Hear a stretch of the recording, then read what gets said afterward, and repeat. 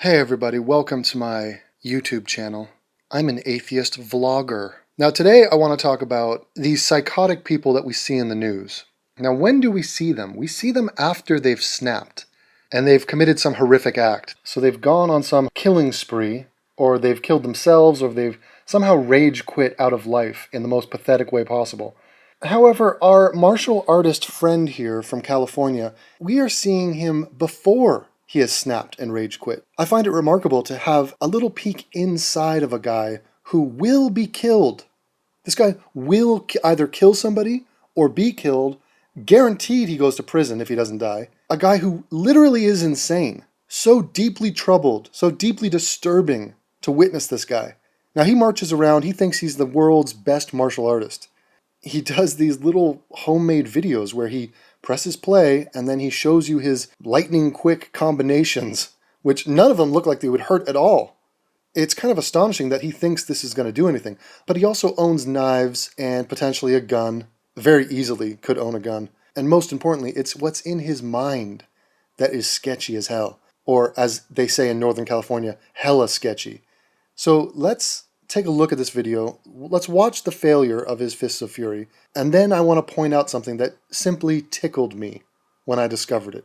Watch. Those of you who have watched my combos and demonstrations in the past, you know that you can sort of see what my general strategy is, but there's no way to stop it because of my mind-body connection, which they are trying to drug. Now I can easily apply that in a wartime situation with a blade or something else, a bottle, etc. But without further ado, Sean. I love you, Shaka.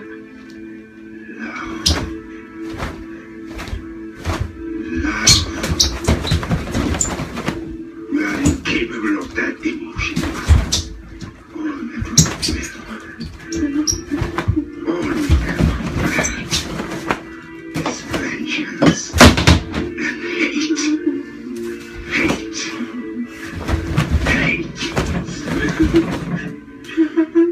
And I am the product of your hatred. Just as he is the product of my hatred. No, he is the... So for having Fists of Fury, he didn't have the dexterity to deal with the boxing glove that seemed to drop and knock over his bottle. I'm guessing Bruce Lee would have caught the bottle. Now, this is a random display of violence, but look at his face. Look at that rage he's holding on to. So as I was watching this the first time, I thought, something sounds familiar. Like that music he played, he hit play on his laptop, and I thought, interesting, what kind of music does a psycho like this play before he does his little Fist of Fury combination? What piece of music, what video clip inspires this guy to go ballistic and to get into that zone? I was curious, and something in my mind told me, I know this clip. I recognize this. There's something about the music, and I heard a couple of the words, and I thought, holy shit, that is Shaka Zulu. Shaka Zulu, for those of you who don't know, was a great king of the Zulu nation. He ruled over the Zulu Empire in the early 1800s, and he was a warlord. This guy was a total murderer. I mean, he was known for his military prowess and his bloodthirsty nature. So I remember in the 80s, we had the VHS tapes of this, and I would watch this whole miniseries they did on Shaka Zulu, and I was way into it. Really cool music and singing, and just, they put a lot of effort into it. I mean, it was like, basically like Game of Thrones, like 30 years before Game of Thrones. And it was Zulu, which was cool for me because my family comes from South Africa. My grandfather, my father, my uncle, my cousins, they are from South Africa. They speak Zulu. My middle name is in Zulu. My middle name is Kunjani, or Kunjan, which means how are you in Zulu. So I was sort of fascinated by the whole thing and that I had some connection to these people. Oh, not the PC connection. Not the connection that's going to make liberals feel comfortable. You know, in other words, white people in South Africa. White English people in South Africa.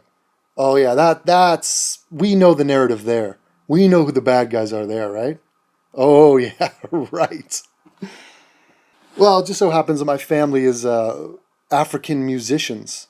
My grandfather dedicated his life to African music. He's a musicologist, actually quite famous, Hugh Tracy. And he went to South Africa as a young man and spent his life in the 1920s going around to the various tribes for the first time, recording their music, learning about their music, and then sharing their music for future generations and for the world. My family created and currently run the International Library of African Music, which is in Grahamstown, South Africa, and which is dedicated to the preservation and study of African music.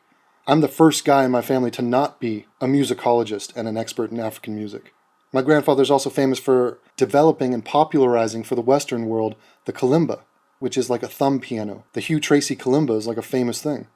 So, bottom line is, I was fascinated with Shaka Zulu, and I find it amazing that this guy picks not just Shaka Zulu, like he somehow envisions himself as this Zulu warlord, but he picks a scene from the movie that is Shaka at his most vengeful, his most hate-filled. So the scene he picked, and he queued up, is a scene where some woman in his tribe has a baby to Shaka, but Shaka was not into it. This is very, very typical of black men. In America, Shaka was the same way. He didn't want to be a father, and he was concerned about competition and his legacy, and he had a weird thing about living forever. He thought of himself as a bit of a god. And so Shaka's father left him. He didn't have a father. He was a bastard. He was raised by a single mother. Even in Zulu times, they were dealing with this shit. And so when he gets presented with this baby, he freaks out. And he's like, no, I did not want this baby. This baby is born in hatred. How dare you do this? He's totally dead set against it. He's going to kill this baby. And Shaka is basically lost his mind, and he is filled with rage and hate. There's nothing good about this scene, and there's nothing good about this chapter of this guy's life. And yet this guy selects this clip for his little Bruce Lee activities. I find that amazing. Now let's watch it again. I will play you the clip of Shaka from the movie in conjunction with the Fists of Fury.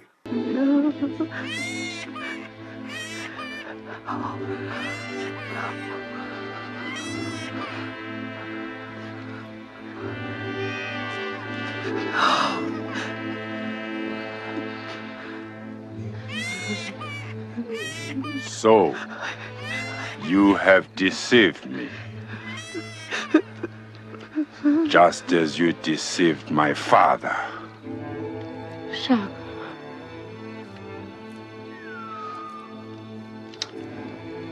I have made you Queen of Queens, the most powerful woman in this land, and the world. But that was not enough for you, mother. You wanted more. I love you, Shaka. Love. Love. We are incapable of that emotion, mother. All that we felt, all we ever felt, is vengeance and hate. Hate. Hate! Shaka. And I am the product of your hatred. No. Just as he is the product of my hatred. No. No. He is the future. Through him your name will live forever.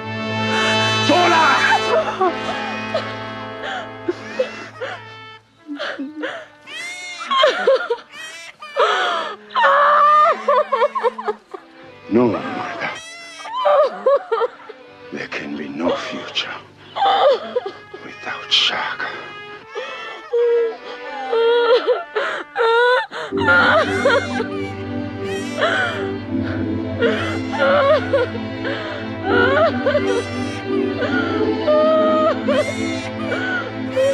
Is the product of my hatred. No.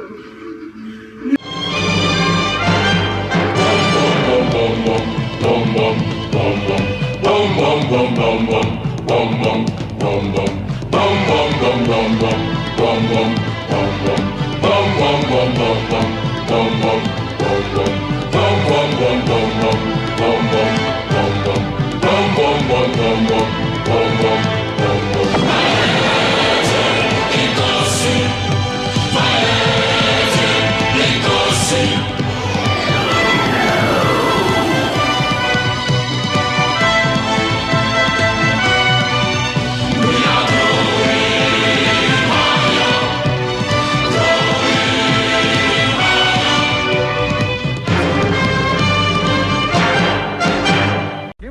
take the lorry yourself, or will you send Shabby? I think I'd better go, because Shabby's got those trees to cut down. Oh, that's fine. So I'll be off. Yes. Right. Bye-bye. Cheerio, Paul. Paul's looking after the farm for me, you know, because I'm a bit of a split personality. I'm only here half the time, because the other half I found myself wondering, what did Hugh Tracy, after many years of experience, really think of the African?